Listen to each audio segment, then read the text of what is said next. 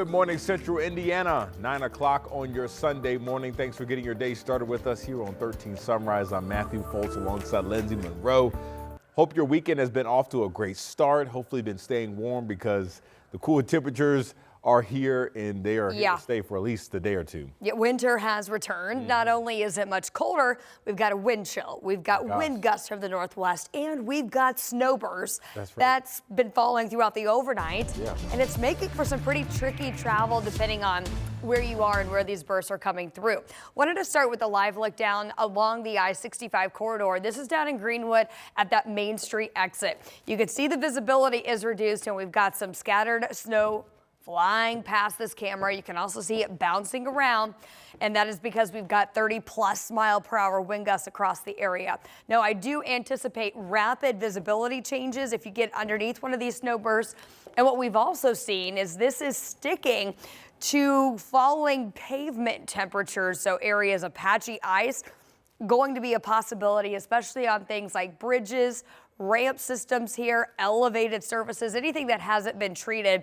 I think we could potentially see some slick spots, and that's basically what we've seen so far today. So I want to flip this over to our radar, seeing some light snow up that I-74 corridor in Hendricks County, but some of that steadier, heavier snow where you see these darker blues right now from Shelbyville over to Greenwood and then up into Beech Grove. Now, these are pretty quick movers, so they're not going to sit over one area for too long. That's why we're not really anticipating much in the way of accumulation outside of perhaps a dusting and some slick spots. But we are now tapping into this much colder, drier air mass coming in from the northwest. So we're going to start to see these snow showers tapering off across central Indiana, but that colder air blowing over Lake Michigan could continue to create some areas of snow in northern Indiana. Now we're at 22. We're headed to 31 later today. Got a brief warming trend to kick off next week. We'll talk about that as well as that longer range pattern that overall looks much cooler, more seasonal for this time of year. That's coming up in your 7-day forecast.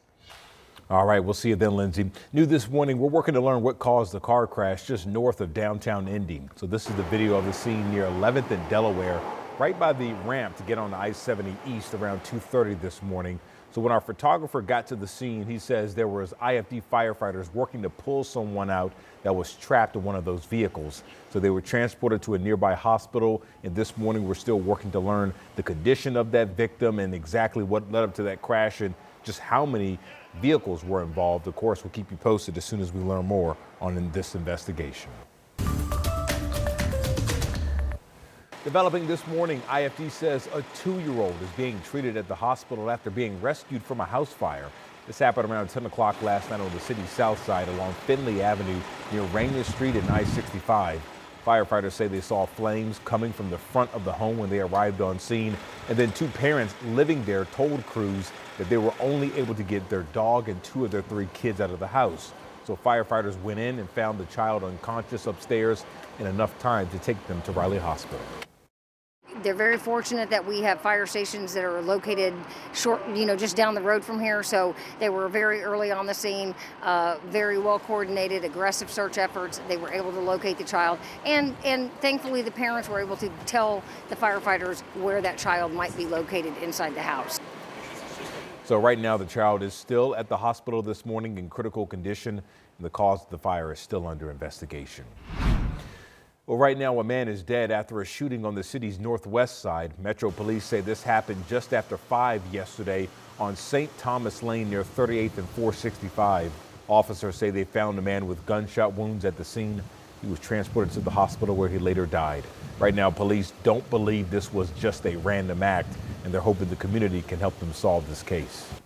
Our officers are canvassing this area, hoping to speak with witnesses. So if anybody saw anything, we're asking that you please come forth with any information that you may have. Last year, you saw us make a significant number of arrests, and you've seen that our crime numbers as far as violent crime and homicides are down. We were able to do that based off the tips and information that we received from the community. So that is basically key whenever we have a investigation of this type. Again, police are asking for your help in solving this crime. So if you have any information, you're asked to give them or Crime Stoppers a call. Now to Mooresville, where a person was killed the other night after being hit by a police car. Our Brandon Schaff went to the scene where it happened and shares an update on the investigation. Cars traveling through this busy area of Mooresville, one day after a deadly crash on Indiana Street.